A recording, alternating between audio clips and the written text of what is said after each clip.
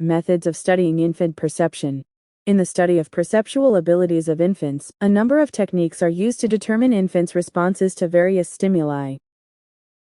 Because they cannot verbalize or fill out questionnaires, indirect techniques of naturalistic observation are used as the primary means of determining what infants can see, hear, feel, and so forth.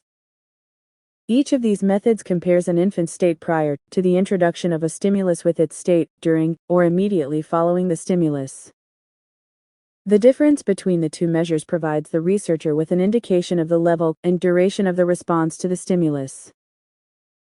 For example, if a uniformly moving pattern of some sort is passed across the visual field of a neonate newborn, repetitive, following movements of the eye occur.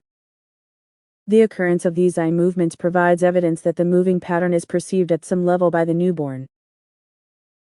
Similarly, changes in the infant's general level of motor activity, turning the head, blinking the eyes, crying, and so forth, have been used by researchers as visual indicators of the infant's perceptual abilities. Such techniques, however, have limitations. First, the observation may be unreliable in that two or more observers may not agree that the particular response occurred or to what degree it occurred.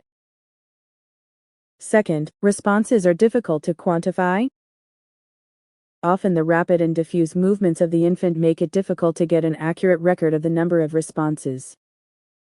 The third, and most potent, limitation is that it is not possible to be certain that the infant's response was due to the stimulus presented or to a change from no stimulus to a stimulus. The infant may be responding to aspects of the stimulus different than those identified by the investigator.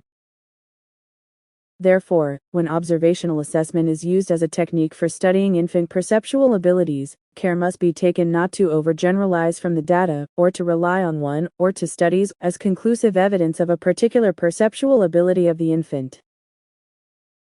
Observational assessment techniques have become much more sophisticated, reducing the limitations just presented. Film analysis of the infant's responses, heart and respiration rate monitors, and non-nutritive sucking devices are used as effective tools in understanding infant perception.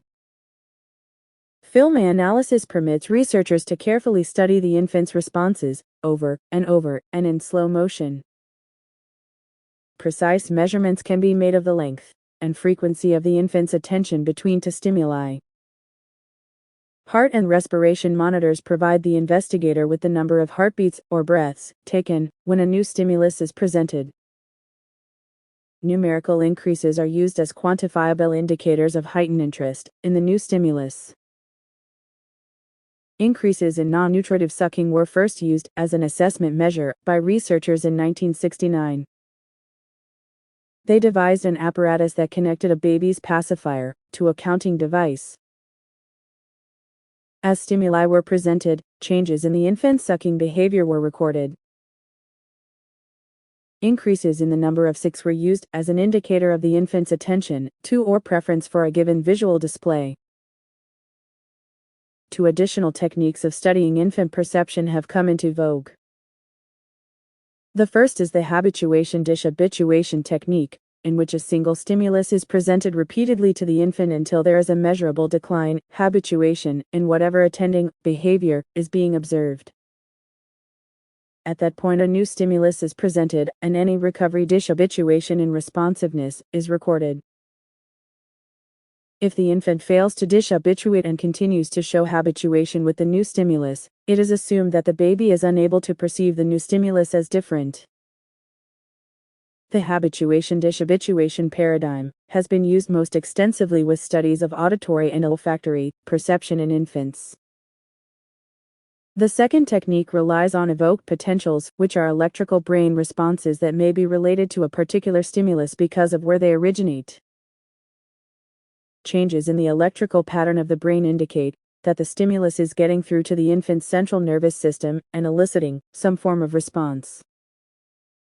Each of the preceding techniques provides the researcher with evidence that the infant can detect or discriminate between stimuli.